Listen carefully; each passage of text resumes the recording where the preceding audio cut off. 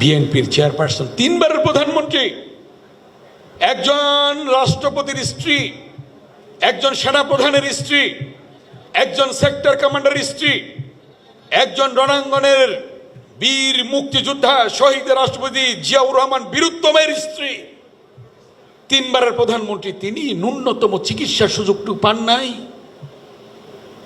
তিনি অসুস্থ, সারা জাতি বলেছে তার চিকিৎসা দরকার। বিনা চিকিৎসায় তাকে হত্যা করতে চেয়েছিল, কিন্তু আল্লাহর অশেষ রহমত, আল্লাহ তাআলা তাকে বাঁচিয়ে রেখেছে। আজকে তিনি লন্ডনে চিকিৎসাধীন আছেন। ইনশাল্লাহ খুব শীঘ্রই সুস্থ হয়ে আমাদের মাঝে ফিরে আসবেন ইনশাল্লাহ। এবং বিএনপির ভারপ্রাপ্ত চেয়ারম্যান জনাব তারেক রহমানকে দীর্ঘ 16 বছর নির্বাসনে রেখেছে, মিথ্যা মামলা দিয়ে, মিথ্যা সাজা দিয়ে।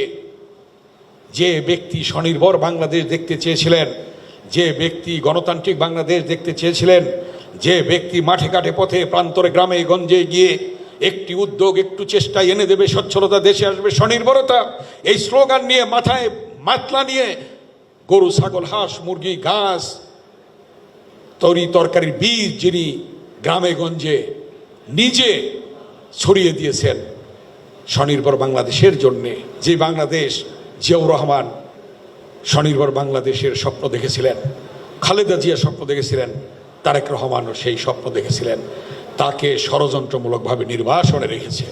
ইনশাল্লাহ যত দ্রুত সম্ভব আমাদের মাঝে ফিরে আসবেন এবং এই বাংলাদেশের নেতৃত্ব দেবেন। সেজন্য আজকে আন্দোলনকারী সকল সংগঠনকে ঐক্যবদ্ধ থেকে গণতন্ত্র পুনরুদ্ধারের পথে ধাবিত হতে হবে, ঐক্যবদ্ধ থাকতে হবে।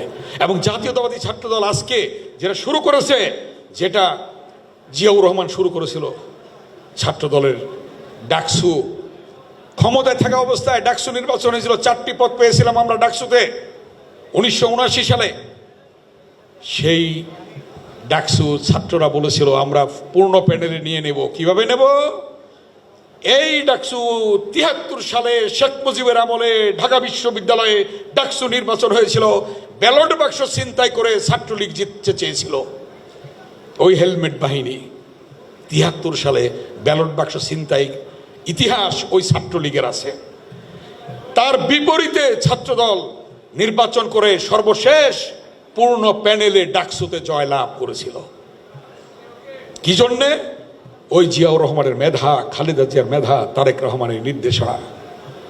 তাই আজকে জাতীয়তাবাদী ছাত্রদলের সভাপতি, সাধারণ সম্পাদক রাকিব এবং নাসিরকে বলবো যে তোমাদের নেতৃত্বে ইনশাল্লাহ এই ছাত্রদল যেটা তোমরা শুরু করেছ এটা চলতেই থাকবে এবং বাংলাদেশের সর্ববৃহৎ ছাত্র সংগঠন হিসেবে অতীতেও ছিল, এখনো আছে, ভবিষ্যতেও থাকবে ইনশাল্লাহ।